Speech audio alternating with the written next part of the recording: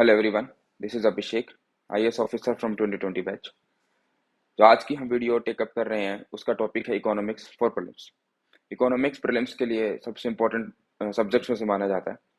इसमें से you can expect at least somewhere around 13 to 18 questions every year in prelims. It's equally important for mains perspective also. So the peculiar things about economics is कि इसमें आपको समझने का भी उतना ही कंटेंट है जितना कि आपको इसमें क्रैम करने का है। इसके अंदर फिर भी लेकिन हम थोड़ा और ध्यान से देखेंगे तो विल रियलाइज कि इसमें compare two subjects like history, subjects like environment, इसके अंदर समझने का पार्ट काफ़ी ज़्यादा है। So let's start this video. सबसे पहले हम देखेंगे कि इसके अंदर इकोनॉमिक्स की जो प्रीलिम्स के लिए जो स्टडी है उसके अंदर लेयर्स ऑफ प्रिपरेशन क्या है। सबसे पहले है basics of economics, demand, supply, GDP, GNP, national income कैसे क्लियर की जाती है, कैसे इसको नेशनल इनकम कैसे काउंट की जाती है, मनी मार्केट क्या है, कैपिटल मार्केट क्या है, फिजिकल डेफिसिट यानी कि फिजिकल डेफिसिट क्या है, इसके अंदर फिजिकल पॉलिसी क्या कौन डिसाइड करता है, मॉनेटरी पॉलिसी कौन डिसाइड करता है, बैंकिंग सिस्टम कौन कौन से हैं, फ्लो ऑफ मनी कैसे होता है, सरकार ने अगर मार्केट से पैसा उठाया है तो आप तक आते आते उसका क्या इम्पैक्ट पड़ता है, सरकार मार्केट से कब पैसा उधार लेती है, कब मार्केट में पंप करती है, और इसमें आरबीआई का क्या रोल है। So these things are the basics of economics. इसके अंदर बैंकिंग सिस्टम जैसे है, आपके अंदर टाइप्स ऑफ बैंक क्या है, पुराना जो बैंकिंग सिस्टम है वो क्या था, नया बैंकिंग सिस्टम क्या आया है, जो आजकल नए बैंकिंग सिस्टम आ रहे हैं जिसके अंदर हमारा payment bank like Paytm, phone पे, एयरटेल, ये सब क्या है, यूपीआई क्या है, फास्टैग क्या है। तो these are the concepts of economics which we can consider very very basic just to understand how economics works. So एक बार ये वाला पार्ट कवर करने के बाद we can comfortably move to the second layer of preparation। इसमें रहेगा कि Indian economy की सिचुएशन क्या है। एक बार आपने इकोनॉमिक्स को कवर कर लिया कि बेसिक फंडामेंटल आपने कवर कर लिए, बैंक कैसे काम करते हैं, जीडीपी क्या है, देन हमारा अगला आइडिया रहेगा कि इंडियन इकोनॉमी की सिचुएशन क्या है, पोस्ट इंडिपेंडेंस क्या रहा है, थोड़ा सा प्री इंडिपेंडेंट देख सकते हैं, बट मोस्टली पोस्ट इंडिपेंडेंस में इंडियन जो इकोनॉमिस्ट ने कैसे फेयर किया है, 5 ईयर प्लान क्या है, ग्रीन रिवॉल्यूशन कहाँ हुआ, कैसे हुआ, क्या इम्पैक्ट पड़ा, कितना इन्वेस्टमेंट किया, LPG reforms which is known to be the breakthrough in Indian economy 1991, तो वो क्या है। सो पॉवर्टी, ह्यूमन डेवलपमेंट, यानी कि in second layer of economics we will be concern more about the जो फंडामेंटल आपने पढ़ लिए हैं, those are just to have a peek into how economy works. एक बार आपने देख लिया तब आप उन्हीं फंडामेंटल्स का यूज करके आप देखेंगे कि इंडिया में पॉवर्टी कितनी है, किस स्टेट में है, उसके अंदर आपका ह्यूमन डेवलपमेंट एस्पेक्ट कैसा है, कैसे इकोनॉमिक्स ह्यूमन डेवलपमेंट को इम्पैक्ट करती है, जो रिच लोग हैं उनका ह्यूमन डेवलपमेंट और जो कंसिडरेबली पुअर है, बिलो पॉवर्टी लाइन है, उनके ह्यूमन डेवलपमेंट में क्या इम्पैक्ट पड़ता है, ह्यूमन डेवलपमेंट नापते कैसे हैं, इसके इंडिकेटर्स कौन कौन से हैं, कॉन्स्टिट्यूशनल फ्रेमवर्क क्या है, आरबीआई आरबीआई का कॉन्स्टिट्यूशनल फ्रेमवर्क क्या है, आरबीआई किसी कॉन्स्टिट्यूशन के किसी आर्टिकल से पावर ड्रॉ करता है या किसी एक्ट से पावर ड्रॉ करता है, फिनांस कमीशन क्या है, बजट को एक हमारी कॉन्स्टिट्यूशन में कहाँ जगह दी गई है, उसके क्या इंपॉर्टेंट एस्पेक्ट्स हैं। हमारा इकोनॉमिकल एस्पेक्ट में ये भी देखा जाएगा कि कैसे हमारी जो इलेक्टेड रिप्रेजेंटेटिव्स हैं वो हमारी गवर्नमेंट को कैसे कंट्रोल करते हैं, हमारा बजट कौन पेश करता है, उसके एस्पेक्ट्स क्या है, सरकार पे कैसा प्रेशर रहता है, सरकार कैसे लिमिटेड रिसोर्सेज को यूटिलाइज करती है अपनी करंट प्रेफरेंसेस के हिसाब से। इसके अलावा फिजिकल डेफिसिट आपका, not only physical deficit but other types of deficit जो बजट के साथ साथ हमारे आते हैं। इन्फ्लेशन आप बेसिक्स में पढ़ेंगे लेकिन आप इस लेयर ऑफ इकोनॉमिक्स में देखेंगे कि उसके ट्रेंड्स क्या हैं। क्रूड ऑयल मार्केट में बाहर कितने का मिल रहा है, इंडिया में जो आप देख रहे हैं आजकल चल रहा है कि the fuel prices are rising, उसका क्या इम्पैक्ट पड़ेगा, इन्फ्लेशन कैसे इम्पैक्ट होगी। टाइम एंड अगेन जैसे प्याज के रेट्स बढ़ जाते हैं, टमाटर के जो पेरिशेबल गुड्स हैं उनके रेट्स बढ़ जाते हैं, तो उससे क्या इम्पैक्ट पड़ता है। These things we will understand in the second layer of economics. Then आपका इन्वेस्टमेंट, सरकार को इन्वेस्टमेंट की जरूरत पड़ती है, उसके मॉडल्स क्या क्या हैं, कैसे सरकार मार्केट से पैसा उठाती है, जो एक कॉन्ट्रैक्ट साइन होता है वो कितने टाइप का आप कॉन्ट्रैक्ट साइन कर सकते हैं, 40 40 60 है, या फिर जैसे सरकार बोलती है कि आप हमारे लिए स्टेट हाईवे बना दीजिए, नेशनल हाईवे बना दीजिए, आप उस पर एक टोल बूथ रख दीजिए, आप वहां से 10 15 साल तक आप जब तक आपका पैसा वसूल नहीं होता था एज लॉन्ग एज आपका ब्रेक इवन नहीं आ जाता as per the terms and condition of the agreement, आप उससे उस टोल को ऑपरेट कर सकते हैं। इस टाइप से वो इन्वेस्टमेंट के मॉडल्स क्या क्या हैं, आपका एग्रीकल्चर, मैन्युफैक्चरिंग, सर्विसेज, ये हमारी इकोनॉमिक्स के जो तीन तीन प्राइमरी, सेकेंडरी और टर्सरी पार्ट्स हैं, इसका शेयर क्या है, किस स्टेट का क्या है, ओवर टाइम कैसे वो मूव हुआ है, पहले एग्रीकल्चर ज्यादा था, अब धीरे धीरे एग्रीकल्चर कम आते जा रहा है और आपका सर्विसेज सेक्टर ऊपर बढ़ता जा रहा है। ऐसे ही डेवलप्ड कंट्रीज में और एक डेवलपिंग कंट्री में आपका इस जो आपका रेशियो है प्राइमरी, सेकेंडरी और टर्सरी सेक्टर्स ऑफ इकोनॉमी कैसे वेरी करता है, कौन सा कितना ऑप्टिमम रेशियो रखना चाहिए। So these in the second layer of preparation we will try to understand, और we should try to understand कि जो आपका जो बेसिक समझा है उसको आप कैसे यूज करेंगे। जो आता है वो है थर्ड लेयर ऑफ प्रिपरेशन। तो थर्ड लेयर ऑफ प्रिपरेशन में we have to understand the issues which are beyond the first two layers of preparation. ऐसा नहीं है कि you will find some like kind of concrete differentiation between the layers, but just for the sake of understanding कि present trends आप देखेंगे, current issues क्या हो रहे हैं, यूक्रेन में वॉर हो रहा है उसका क्या इम्पैक्ट पड़ रहा है, जो ट्रेड है वो रिलेशनशिप दूसरे कंट्रीज के साथ कैसे चल रहे हैं, आपके वेरियस डेफिसिट हम ओवर टाइम कैसे आप प्लस और माइनस कैसे इंक्रीज डिक्रीज हुए हैं, सरकार को कितना प्रोविजन रखना पड़ता है, डेफिसिट एक्सेट्रा को गवर्न करने के लिए सरकार ने क्या कोई पॉलिसीज बना रखी हैं कि government tries to stay like keep itself keep the inflation and the deficit between those limits। तो all those things which are current affairs, strictly current affair related, और वो सारी चीजें आपको करंट अफेयर से मोस्टली कवर करनी पड़ती है। आप देखेंगे कि ज्योग्राफी का इकोनॉमिक्स पे क्या फर्क पड़ता है, हाउ श्रीलंका की जो इकोनॉमिकल क्राइसिस अभी इकोनॉमिकल जो क्राइसिस चल रहा है वो उसकी ज्योग्राफी से कैसे इम्पैक्ट पड़ रहा है। Such things are more important for mains perspective, but we can not say that UPSC will put these questions only in mains. वो प्रीलिम्स में भी definitely they can put one statement which is conceptual in nature comfortably in prelims as well. Polity का economics पे क्या फर्क पड़ता है, how economics leads to war, previously we have seen wars because of oil and everything.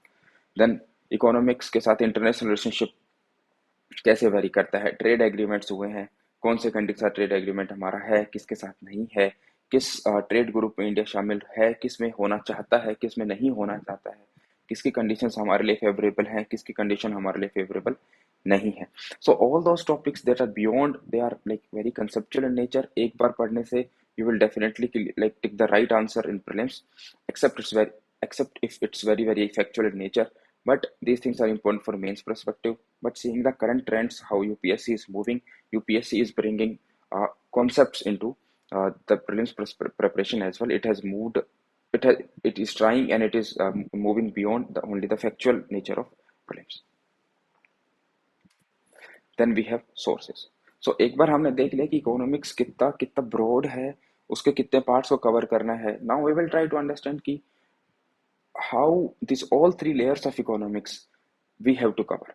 तो सबसे पहले अब it's not the case that the sources are also aligned in the terms of layers कि लेयर वन का ये source है, to का ये है, थ्री का ऐसा नहीं है। क्योंकि जो बुक बनाई जाती है the author tries to create a book which try you know which has all the three layers of economics। वो हर चीज थोड़ा थोड़ा कवर करने की कोशिश करता है, but definitely will try to address that aspect। So class 11th का Indian economic development is a must have book, जो आपको पढ़नी ही पढ़नी है multiple times. It's like very lucid, बहुत इजी लैंग्वेज में समझाया है कि इंडिया इकोनॉमिकली कैसे डेवलप किया है, कहाँ से हम शुरू किए थे। और जो बुक है इंडियन इकोनॉमिक डेवलपमेंट वो 5-10 साल का 10 years का नहीं देता है कुछ खास concept, but we can understand कि it's up to about 2005-6 at that time. तो वहां तक हम हमारा ग्रोथ ट्रेजेक्ट्री कैसा रहा है, पॉवर्टी हमने कैसे मेजर करना शुरू किया था, कैसी स्कीम हमारे पास थी, उन कैसे कैसे poverty alleviation schemes over time change हुआ है, बहुत इजी है। वो सिर्फ आपको एक टेस्ट डेवलप करने के लिए, आपके इनिशियल अंडरस्टैंडिंग क्यूरियोसिटी इंप्रूव करने के लिए it's really good of a book. इसमें हम देखेंगे पोस्ट इंडिपेंडेंस में LPG reform, green revolution, what not, everything is covered in this book. तो आपको ये कवर करनी है। अब आता है कि कॉन्सेप्चुअल क्लैरिटी। कॉन्सेप्चुअल क्लैरिटी के लिए like मुरनाल, I think it's undisputed one of the best sources available in market। So earlier, Munal used to provide his videos on like open resource for everyone on his YouTube channel। Those videos are still now they are available, लेकिन वो करीब करीब 5 या 6 साल पुरानी हो चुकी हैं। So you can move past ahead, and there are other videos which are subscription based are available with Munal। So please definitely go through the provided by video provided by this teacher, he's I believe undisputedly created a monopoly in the economics study market. now now there are some several books which are also very like written in a highly lucid language, in a highly kind of beginner friendly language. So K Shankar Ganesh and Sanjeev Verma are two books which are available in market. There may be other books also. I have read K Shankar Ganesh. Before that, my conceptual clarity in economics was poor. So but once I read it, it has removed all the kind of fringes, and it has given the conceptual clarity in one go. So I have not read Sanjeev Verma book, but people say it's also equally good. So you should book you can pick one of the books to create a kind of general understanding of like the basic mostly the layer one, कि उसके अंदर कौन कौन से concept हैं, GDP क्या है, banking system कैसे काम करता है, डेफिसिट कौन कौन से, उसने इजी लैंग्वेज में समझा दिया है. Now third source or fourth source you can cover is the current affair books. So current affairs budget and economic survey are very important. आपका पीआरएस की वेबसाइट पे बजट की समरी आती है, इकोनॉमिक सर्वे की भी समरी आती है.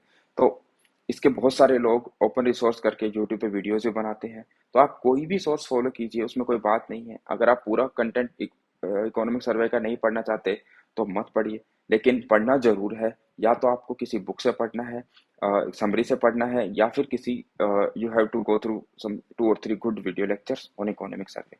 Munal sir also provides lectures on economic survey. You can definitely go through that also.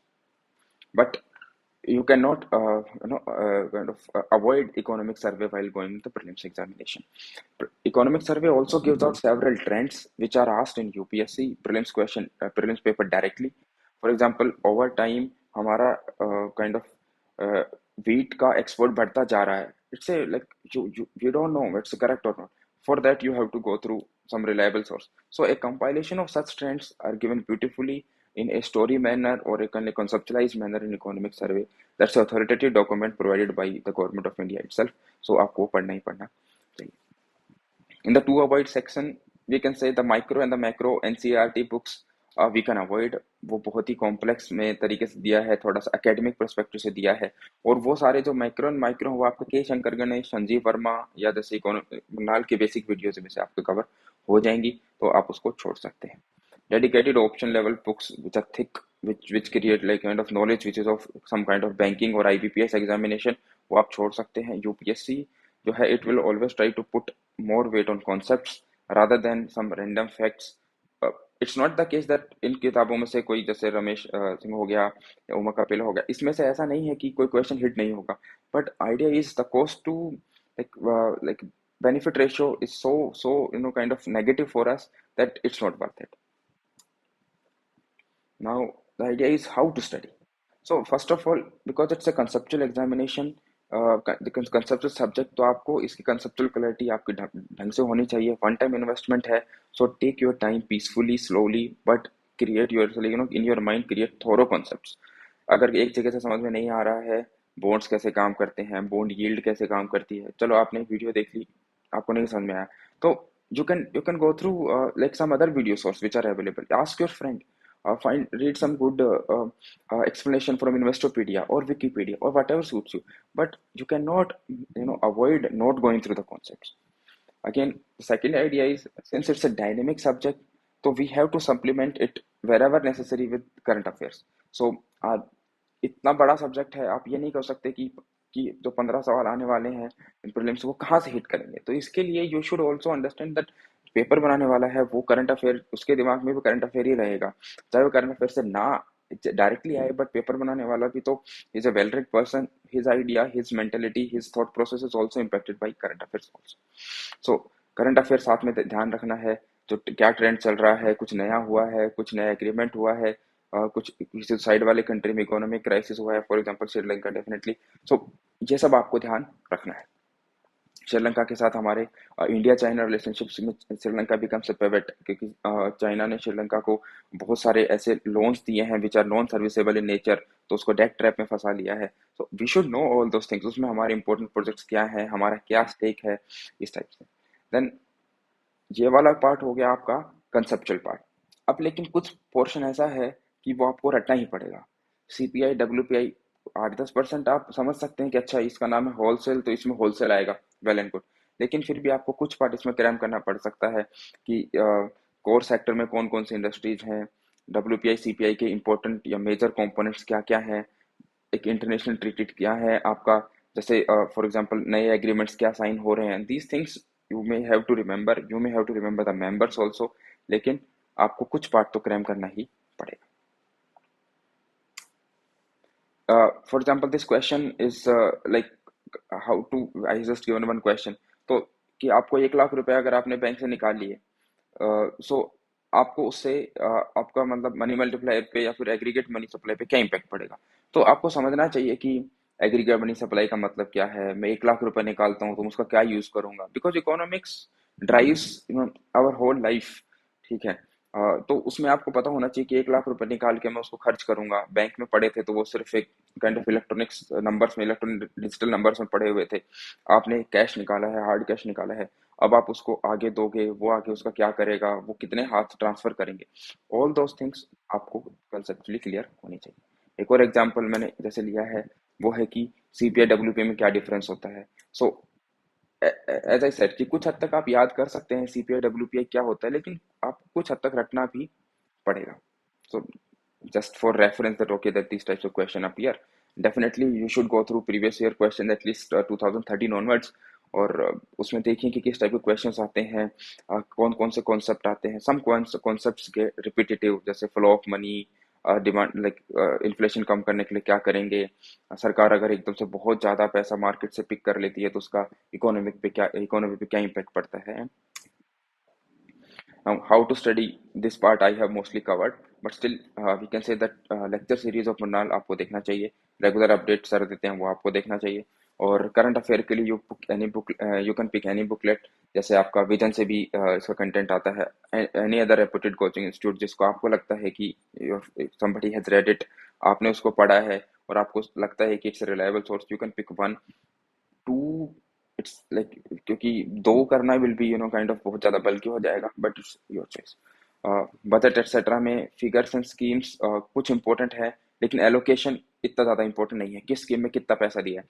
Figures important है ट्रेंड्स की, डेफिसिट कम हुआ ज्यादा हुआ, काइंड ऑफ हमारा बजट जीडीपी का कितना परसेंट है, उस बजट का सरकार का कितना पैसा कहाँ से आया, कितना पैसा कहाँ गया, उस बजट में से आपका कितना लाइक रेवेन्यू साइड कितना शेयर है, उसका आप कैपिटल साइड कितना शेयर है, आपका जो टैक्स इनकम कितनी है, नॉन टैक्स इनकम कितनी है, टैक्स के अंदर डायरेक्ट कितना है, इनडायरेक्ट कितना है। तो आपका फर्स्ट ईयर ऑफ इकोनॉमिक्स में पढ़ेंगे कि आपका डायरेक्ट इनडायरेक्ट टैक्स क्या होते हैं, लेकिन आपको समझते टाइम ये भी देखना पड़ेगा कि डायरेक्ट इनडायरेक्ट टैक्स का इकोनॉमी पे क्या इम्पैक्ट पड़ता है, टैक्स बढ़ा घटा उसका क्या फर्क पड़ेगा, अगर टैक्स ज्यादा है या कम है तो क्या फर्क पड़ेगा, डायरेक्ट टैक्स ज्यादा है, इनकम डायरेक्ट टैक्स का शेयर इंडायरेक्ट टैक्स के शेयर से ज्यादा है तो क्या फर्क पड़ना चाहिए, सरकार को टैक्स टू जीडीपी रेशियो बढ़ाने के लिए क्या करना चाहिए। ऑल दोस थिंग्स आर आपको कंसेप्चुअली पता होना चाहिए, आपको बेसिक्स कवर फर्स्ट लेयर से थर्ड लेयर तक आपको थोड़ा पता होना चाहिए, कुछ पार्ट याद करना है। मृणाल के लेक्चर्स में जैसे आप देखेंगे कि he has covered not only like from prelims perspective, he has created a thorough kind of content जिसके अंदर आपका स्कीम्स भी कवर करके रखी हैं, हिस्ट्री भी कवर की है। सो इट्स अ बल्कि resource but you can go through it, you you you should revise it. Videos वगैरह देखने बार बार देखने की जरूरत नहीं है, whatever you find try to compile everything and at one place, and try to keep connecting whatever you are seeing outside in the news, like in the current affair booklets, to something like on the basics also. Now because economics थोड़ा सा like बड़ा subject है तो last week stuff की जो list है उसकी काफी ज्यादा है। बजट कितना था, वेरियस सेक्टर्स का शेयर कितना है, फिजिकल डेफिसिट क्या है, बैलेंस ऑफ पेमेंट क्या होती है, इसके कंपोनेंट्स क्या है, इस बार क्या हुआ है, और क्या हमारा कोविड की वजह से ट्रेंड्स में क्या इम्पैक्ट आया है, monetary policy, repo, reverse repo, etc. These are like some things which I found that which one should go through in the just before the examination to create some cache memory, some so that you can easily reproduce some good decent amount of facts. So types of goods, inferior goods, Griffin goods, like Wellbem, like all those things are like one time. But कुछ अगर आपको कुछ चीज़ों में confusion लग रहा है कि वेबलिन गुड्स ग्रिफिन गुड्स में क्या डिफरेंस है, तो मेक ए नोट्स, कुछ मेमोरी टूल, नेमोनिक टूल बना करके इसको आप रख लीजिएगा। डब्ल्यूटीओ के राउंड्स हैं। अब डब्ल्यूटीओ की जो बात है, मतलब डब्ल्यूटीओ है, it governs the like the world economy today. We hate it, we like it, it doesn't matter. Like what is more important, the WTO is the king of making a global economy in a single flow. There are aberrations here and there, but largely our economy runs, the international economy runs by the treaties and the treaties and the agreements which we have undergone in WTO. तो इसके rounds कौन कौन से हुए हैं अब तक, कौन कौन से राउंड हुए, इसके वेरियस एग्रीमेंट्स क्या हैं, सब्सिडी के बॉक्सेस क्या है, क्या WTO इंडिया के लिए फ्रेंडली है, क्या WTO इंडिया की के लिए काइंड ऑफ इतना अच्छा नहीं है जितना हम सोचते हैं, तो हमें WTO के साथ कैसे नेगोशिएशंस करनी चाहिए, WTO के फोरम पे इंडिया किस टाइप के आइडियाज को सपोर्ट करता है, कौन कौन से कंट्री उस टाइम पे साथ देते हैं, चाइना हमारा WTO के स्टेज के ऊपर it has been a partner because it has like it's a developing country, so कैसे हम उसे फाइट करते हैं, हमारा जो कॉपीराइट्स हैं या फिर जो हमारा इस टाइप से जितने भी एग्रीमेंट्स हैं, it's a kind of pretty recent of A list. लेकिन आपको ये सारी चीज़ें आपको याद रखनी चाहिए, आपको लास्ट मोमेंट पे काम आ सकती है। जीडीपी कैलकुलेशन ज़्यादा नहीं, बट एटलीस्ट जितनी GDP, GNP, GNI, basic 4-5 terms आपको पता होना चाहिए। एचडीआई वगैरह क्या होता है, और सीपीआई, डब्ल्यूपीआई कौन रिलीज करता है, पीरियोडिसिटी क्या है, इंडिया का इंपोर्ट एक्सपोर्ट क्या रहा है, हाईएस्ट है कि लोवेस्ट है, कहाँ से लेते हैं, क्यों लेते हैं, आजकल किस चीज़ का प्राइस चल रहा है, precious metals which are used in electronics are very important these days. So इन सारी चीज़ों का थोड़ा थोड़ा आपको आइडिया होना चाहिए, सो दैट एग्जाम में अगर आप कोई सवाल ना भी कर पाओ, आपको एग्जैक्ट फैक्ट नहीं भी याद है, still you can at least find out the like the wrong aspect, so elimination technique आप उसमें यूज कर सकते हैं। so models of PPP क्या है, types of curves क्या है, तो all those things are there, आपके different different books में आपको कवर करते मिलेंगे, लेकिन आपको ये सारी चीजें पता होनी चाहिए। And again solve questions, previous year question से काफ़ी अच्छा हिट रेशियो इकोनॉमिक्स शो करता है। एग्जैक्ट क्वेश्चन शायद ना आए, लेकिन आप ये ध्यान रखिए कि सेम कॉन्सेप्ट आपका रिपीट होने के चांस काफ़ी ज़्यादा रहते हैं। जैसे सरकार ने बहुत ज़्यादा लोन ले लिया, उससे क्या फ़र्क पड़ेगा, सरकार ने like kind of reverse repo rate से क्या फ़र्क पड़ेगा, इन्फ्लेशन कंट्रोल करने के लिए सरकार क्या करती है, बैंक वगैरह पे सरकार कैसे कंट्रोल करती है, एंड WTO के question are highly repetitive in nature. So this is how you should go through economics. It's a beautiful subject, आपकी अगर जितना समझ लो उतना कम है। Economics and polity are two subjects जो आपको काफ़ी थोरोली पता होना चाहिए, so that you can understand the newspaper in a decent manner. आप जब तक आपका पॉलिटी और इकोनॉमी ढंग से कवर नहीं होगा, आपको न्यूज़पेपर इतना अच्छे से समझ में नहीं आएगा जितना आप एक्सपेक्ट कर रहे हैं। So economics does have a early harvesting benefit also, जितना जल्दी कर लेंगे आपका प्रोग्रेसिव नॉलेज उतना ही बढ़ता जाएगा। लेट करेंगे तो you will miss out on like the current affairs and the like the unfolding event जो आप देख सकते थे। हिस्ट्री के साथ ऐसा जितना नहीं है, हिस्ट्री के लिए आप पहले भी करेंगे बाद में भी करेंगे, तो उससे करंट अफेयर की अंडरस्टैंडिंग पे खास फर्क नहीं पड़ता। लेकिन इकोनॉमिक्स और पॉलिटी आर टू सब्जेक्ट्स जिनके करंट अफेयर्स की अंडरस्टैंडिंग पे बहुत ज़्यादा इम्पैक्ट डालते हैं। So here I close it, thank you so much for listening.